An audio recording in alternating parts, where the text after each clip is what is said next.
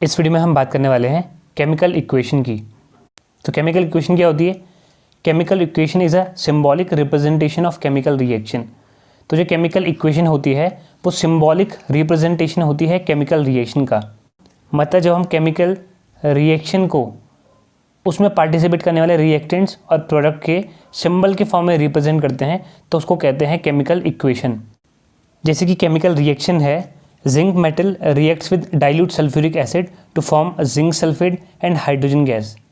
तो यहाँ पर जिंक और सल्फ्यूरिक एसिड ये हैं हमारे रिएक्टेंट, क्योंकि ये आपस में रिएक्शन कर रहे हैं। और यहाँ पर हमारा फॉर्मेशन हो रहा है जिंक सल्फेट और हाइड्रोजन गैस का। तो जिंक सल्फेट और हाइड्रोजन यहाँ पर हमारे प्रोडक्ट हैं। प्रोडक्ट को हम लिखते हैं राइट साइड और रिएक्टेंट को हम लिखते हैं लेफ्ट साइड। प्रोडक्ट और रिएक्टेंट के बीच लगाया जाता है एरो साइन।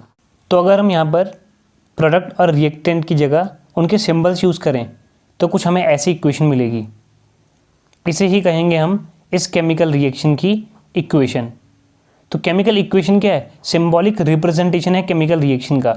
मतलब कि केमिकल रिएक्शन में जो प्रोडक्ट और रिएक्टेंट है, जब हम उसकी जगह पे उनके सिंबल्स यूज़ करें तो उससे जो हमारी इक्वेशन बनेगी उसको हम कहेंगे chemical equation. Hydrogen reacts with oxygen to form water. तो यहाँ पर रिएक्शन कर रहे हैं हाइड्रोजन और ऑक्सीजन, तो ये दोनों हो गए रिएक्टेंट। और यहाँ पर हमारा फॉर्मेशन हो रहा है वाटर का, तो वाटर हो गया प्रोडक्ट। तो वाटर को लिखेंगे हम राइट साइड क्योंकि वो प्रोडक्ट है, और ऑक्सीजन और हाइड्रोजन को हम लिखेंगे लेफ्ट साइड। फिर हम प्रोडक्ट और रिएक्टेंट के बीच लगा देंगे एरो साइन। तो इससे जो हमें इक्वेशन मिलेगी उसे बोलेंगे इस केमिकल रिएक्शन की केमिकल इक्वेशन। एक और एग्जांपल लेते हैं। Sodium reacts with water to form sodium hydroxide and hydrogen. तो यहाँ पर सोडियम और वाटर आपस में रिएक्ट कर रहे हैं आपस में, तो ये दोनों हो गए रिएक्टेंट। और यहाँ पर फॉर्मेशन हो रहा है सोडियम हाइड्रोक्साइड और हाइड्रोजन का, तो ये दोनों हो गए हमारे प्रोडक्ट। तो प्रोडक्ट को हम लिखेंगे राइट साइड और रिएक्टेंट को हम लिखेंगे लेफ्ट साइड। तो जब हम प्रोडक्ट और रिएक्टेंट की जगह उनके सिंबल्स यूज़ करेंगे तो हमें कुछ ऐसी इक्वेशन मिलेगी। इस इक्वेशन को हम कहेंगे ऊपर वाली केमिकल रिएक्शन की इक्वेशन, केमिकल इक्वेशन।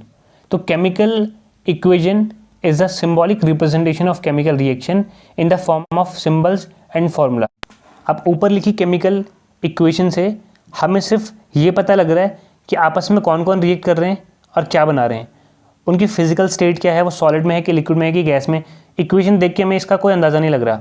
ना ही हमें ये पता लग रहा है कि जो रिएक्टेंट है वो आपस में किस कंडीशन में रिएक्ट कर रहे हैं, या फिर कौन सा कैटलिस्ट इस रिएक्शन के लिए रिक्वायर्ड है।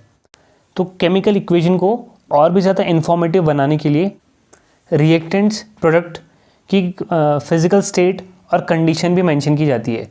तो पहला आता है physical state of reactant and product in an equation.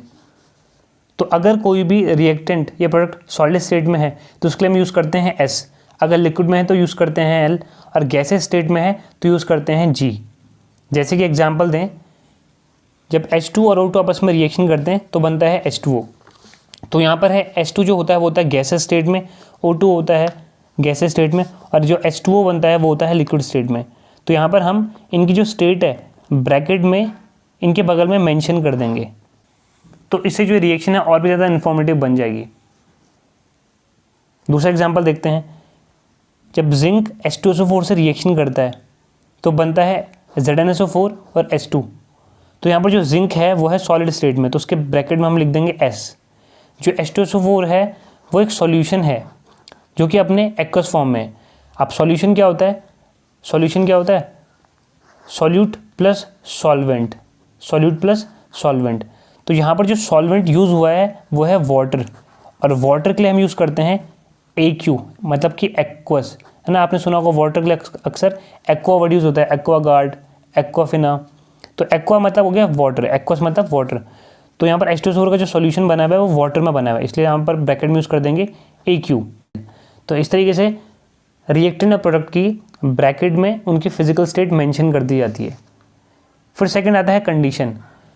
तो रिएक्टेंट्स को आपस में रिएक्शन करने के लिए कुछ हीट की, प्रेशर की, टेम्परेचर की, सनलाइट की कुछ कंडीशंस चाहिए होती है। तो जो भी कंडीशन रिएक्टेंट को चाहिए रिएक्शन करने के लिए उसको हम एरो के ऊपर मेंशन कर देते हैं, एरो के ऊपर या फिर नीचे मेंशन कर देते हैं। जैसे कि जब हम कैल्शियम कार्बोनेट को हीट देते हैं तो वो डिकम्पोज हो जाता है कैल्शियम ऑक्साइड और कार्बन डाइऑक्साइड में।